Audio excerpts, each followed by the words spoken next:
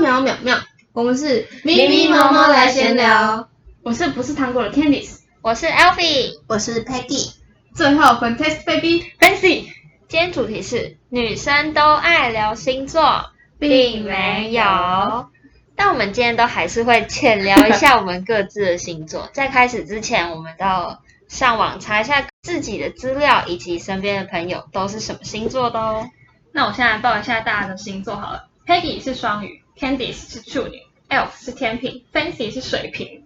那谁要先讲一下自己的星座 Candice， 你有觉得你很处女座吗？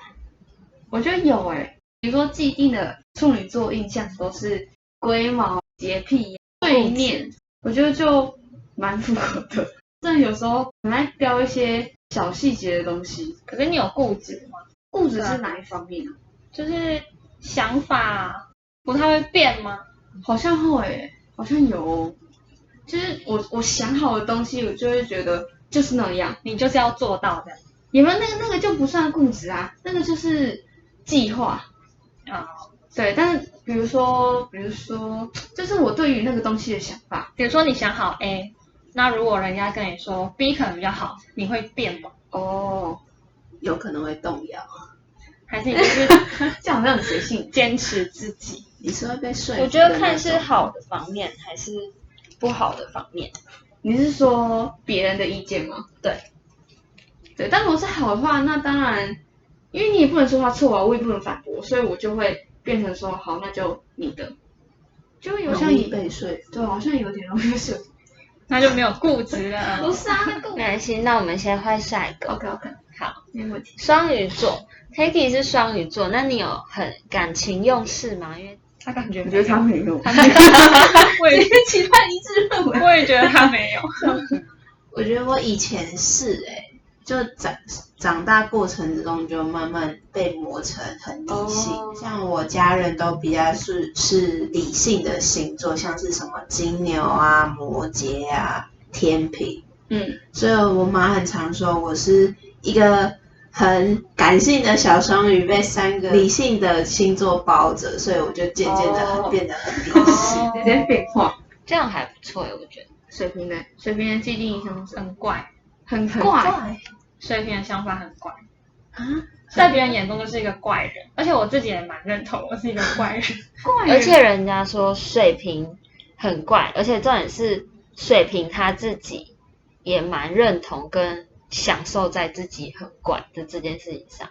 所以我蛮常想法会跟别人不一样，还是就是那个想法就跟平常人想的不太一样。对，我觉得是这个，所以我的想法会跟一般人想的东西不一样，可是我没有办法举例说出这样哪方面不一样。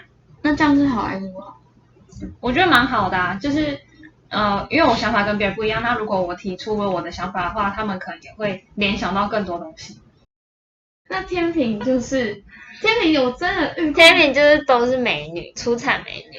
好这大部分比例真的好像是。你们还有一个点是选择障碍。哦，好严重对，但我最讨厌的是，你叫我选了一个之后，可是你又不是选你选的那个，就表示我2个都想要。这个时候我就会强迫我那个朋友，你选另外一个，我选这个，因为这样我觉得2个都可以有。对，那你可能就是聪明的那个选择。但我遇的是那一种，我讲了之后，他也不一定真的会选我选的那个。我就觉得其实你心里有答案，你可以。对，我们心里都有答案，对可是我们就想问人家，如果那个人的回答又跟我们一样的话，我们就会觉得 OK 就是。那如果跟你不一样，那我们心里的占比就会是60跟40的那个比例在跑，就只是天秤座我们自己的心理还在称量，还在平衡啊，还在犹豫跟思考。所以如果今天旁边只有一个人的话，我就会觉得参考价值偏低。所以当我40跟60的比的时候，我就会更犹豫。那你还有不好吗？问别人就更犹豫是怎样？可是我旁边有3个人的时候，就更多人可以让我参考，因为我们最期望问到的就是另外2个人的答案是跟我一样。你就只是想要找到认同而已。对，可为什么这样会让你们觉得很烦啊？就是觉得很浪费时间。我觉得很浪费时间。对啊，就是哎，你为什么会被问到生气？可能浪费时间是浪费天秤座他们自己的时间，可是你们被问的人，为什么你们会觉得有点抓狂，或者是很烦，觉得那你干嘛问我，就是很不爽的态度？就我给你我的意见啊，但是你明明自己心里有答案。那你们有想过你们另外一半是希望是什么星座，或者是你们不希望你们另外一半是什么星座？我不会一开始，用星座去看的。对对对，不会，那个不会在我的，有点不会在我的参考价值。虽然可能说我现在喜欢这个人，我偶尔会去看他的这个星座的讲解啊，什么什么之类的，稍微看一下，但我不会就是觉得他就是这样，或是我因为喜欢他这个星座，对而喜欢他，或是不喜欢这个星座而不喜欢这个人，这样子、不会这么那个啦。极端。对，那你们有想过吗？没有。因为对星座本来就不太了解，所以就不会以这一块下去想。应该说不会，星座不会是第一择偶条件，太肤浅了。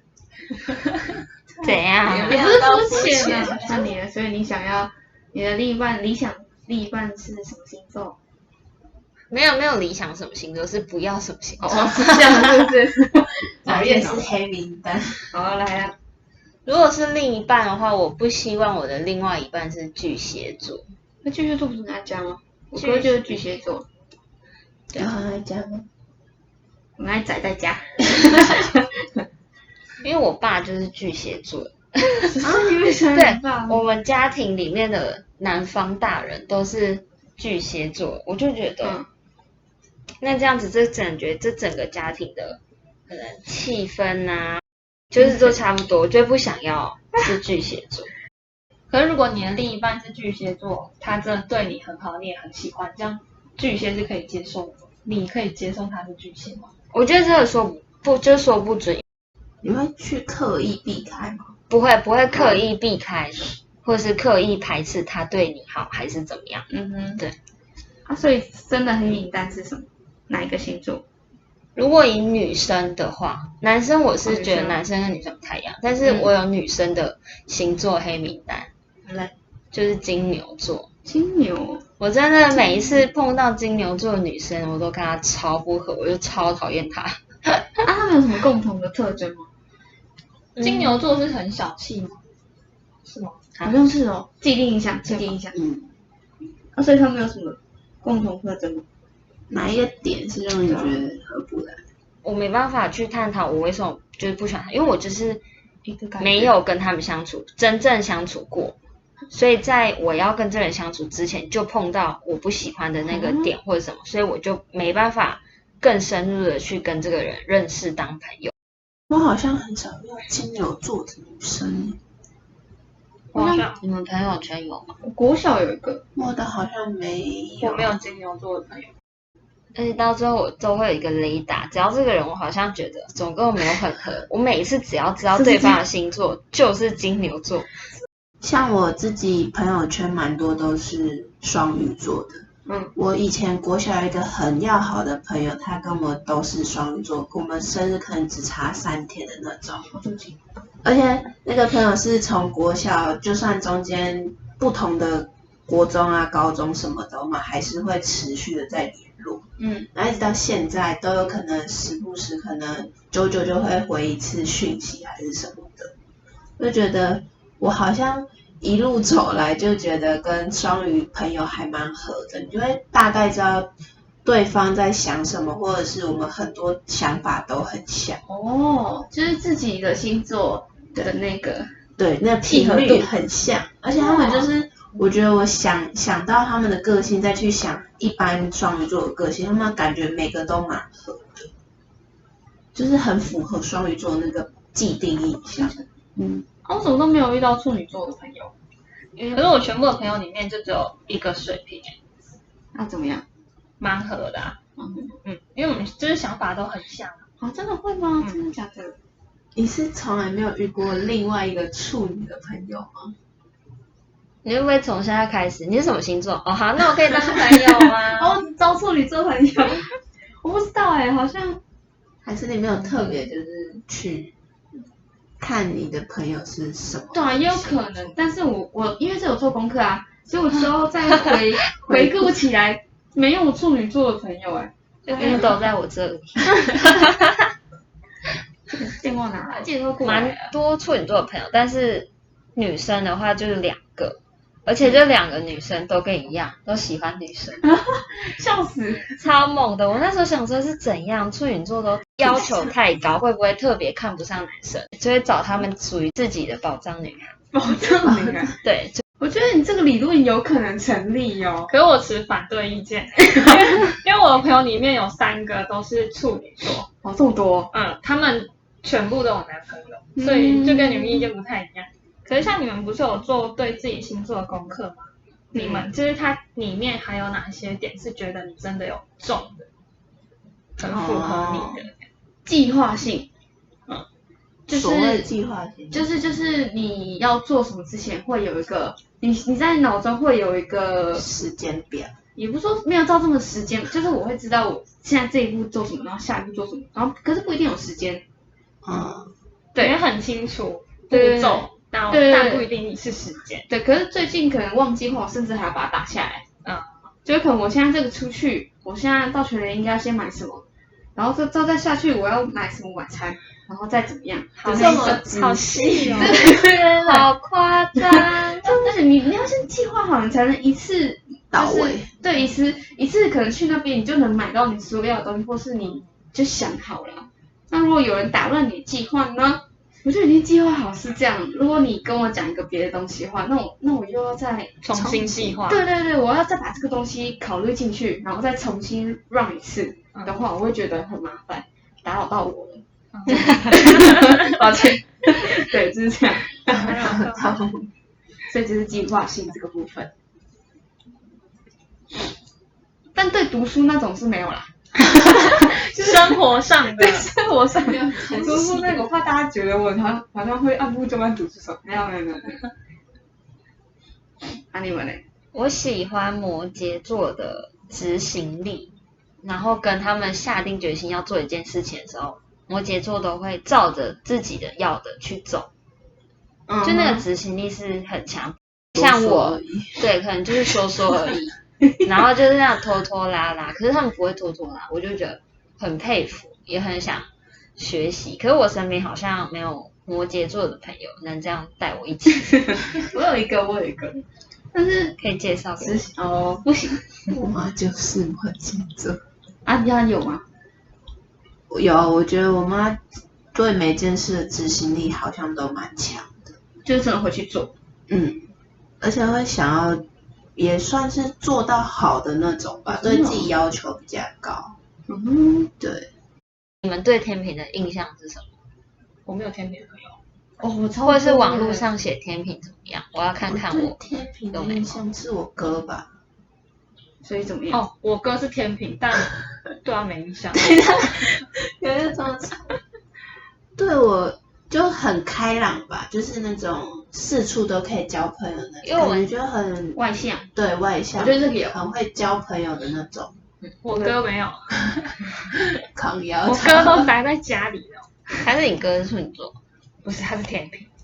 因为他们会很爱聊天，很爱找人家讲话，就是蛮外向，找人家讲话聊天，或是偏高冷。如果不认识之前，就会偏高冷这样。有的没有。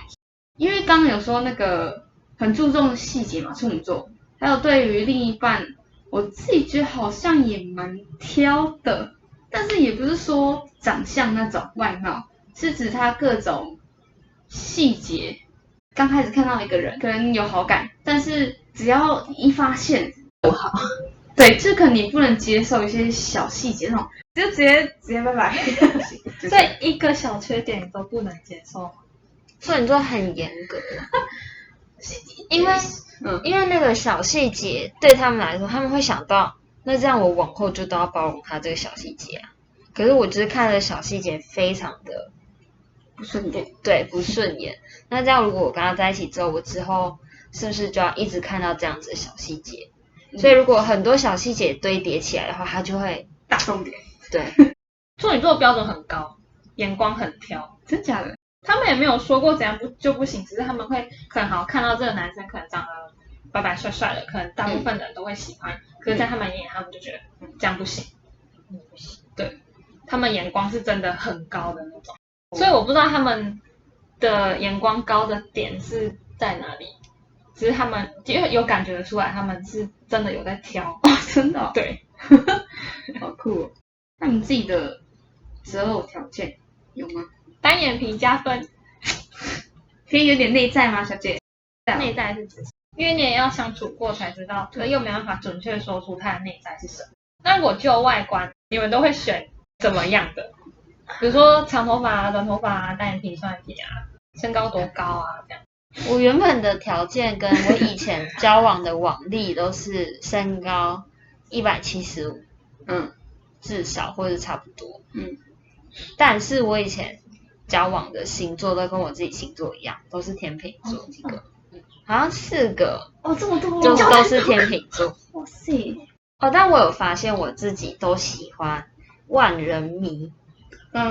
如果这个男生那就代表是帅的啊，因为大家都喜欢的话，那就代表这个人有一定的就吸引力，对啊，魅力这样。对魅力啦。那你跟就是万人迷在一起的时候，你不会觉得有压力吗？不会，因为我对我自己很有，对我对我自己很有自信，我觉得也很多人喜欢我。还是天秤座会对自己很有自信。我觉得是这样，我觉得大部分好像有，但他们的确有本钱自信啊，就他们的确长得比较出众。那Peggy的择偶条件呢？择偶条件我没有特别去想过哎。那你现在的笑容是什么意思？对啊，现在观众看不到，但是有一抹微笑，浅浅一抹微笑。你想到了谁呢？我现在脑海中唯一跳出的条件是我爸或我哥哎。那你可以说出你哥打妹，很少会跳出自己的家人吧？就是可能像我爸，就可能虽然表面看起来很凶，但是他对家人就是那种很温柔，就是默默在做事。所以你喜欢很性格的那种男生，就是他说不出来他外表给人的形象跟他做事给人的样子跟对人的态度跟他的外表有一点反差，有些人喜欢这样，还是说只对你温柔？不是啊，我就觉得我爸就是一个楷模在那边。哦，就爸爸我可以理解。对啊，像我们家什么东西坏了，爸爸就很像水电工，就是感觉一条龙都可以帮你服务到好的那种。家长的优秀程度会影响你们之后的择偶条件吗？假设我爸爸有这些优秀的点，那我会希望我找的另外一半也能做到这样子。我觉得会，我觉得会，我就不会。我觉得就是会以那种标准在那边，那你就会觉得身边好像都没有那种标准的人，就很难下去找。可是我觉得有点是我爸跟我哥给我的样子，会让我更排斥男生。对，但我不是说他们不好，只是说我看不惯。他们有哪一些行为是让你讨厌的？哇，家丑不可外扬。哦，好。你觉得你的上一任会影响到你下一任找的条件吗？不会。可是现在有些人会说，现任就是要来还上一任的债。为什么？所以你没有做到好的，你要这一任先要对，就是因为就表示你是越早越好啊，越早越符合你自己的。可是有可能上一任你们分手的原因不是因为个性，不是因为感情观，也不是因为价值观好了，可能只是因为没有什么时间，相处或是聊天或是出去之类的。你上一任是因为没有什么时间可以相处在一起，那你现在要找的这一任就是不能远距的意思吗？我应该是可以接受。哦，因为你那个点是对方不能接受，但你可以接受。对。那你们喜欢有上进心的人哦？我会喜欢这样的人。所谓上进心是哪方面？就是他有目标，对于未来很有想法，然后一直朝着这个前进。不能游手好闲。游手好闲是指没工作那种吗？对啊。那他可以有工作，但是他的生活就是平淡吗？那样，这样就会很无聊啊。他可能生活就只是工作，没有任何其他兴趣。那另外的时间就是跟你出去啊，因为我觉得我好像不太喜欢有上进心的人，会让你感到压力。对对对，你会觉得他一定很有主见，一定很棒，所以你待在旁边，你会有一点觉得我好像没那么自在。对对对对对，我比较有压迫的感觉。我好像没有特别想过这个问题，遇到就遇到了。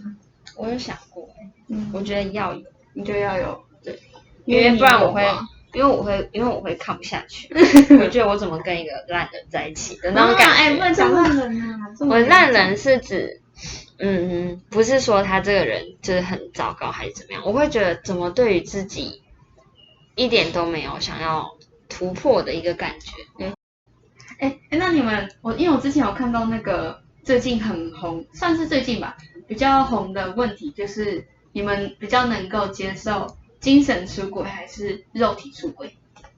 那我先讲，好啊，我可以接受肉体出轨，精神出轨，那就表示亲密接触的时候，你就会去想，是他现在想的人会不会是另外一个女生，因为他就是精神出轨嘛。可是肉体出轨的话，至少我可以知道他为什么会去肉体出轨，这样。因为精神出轨，我就觉得比较不可救，因为脑袋里面在想什么，根本抓不到。我应该也是可以接受肉体出轨，因为精神出轨的话，就代表说他的心里已经不喜欢你，没有你了。那我为什么还要跟他在一起？他都已经不喜欢你了，那我还跟他在一起干嘛？意义在哪里？那佩姬呢？我想来想去，两个我都很不 OK。没关系，因为我也是两个都不行啊。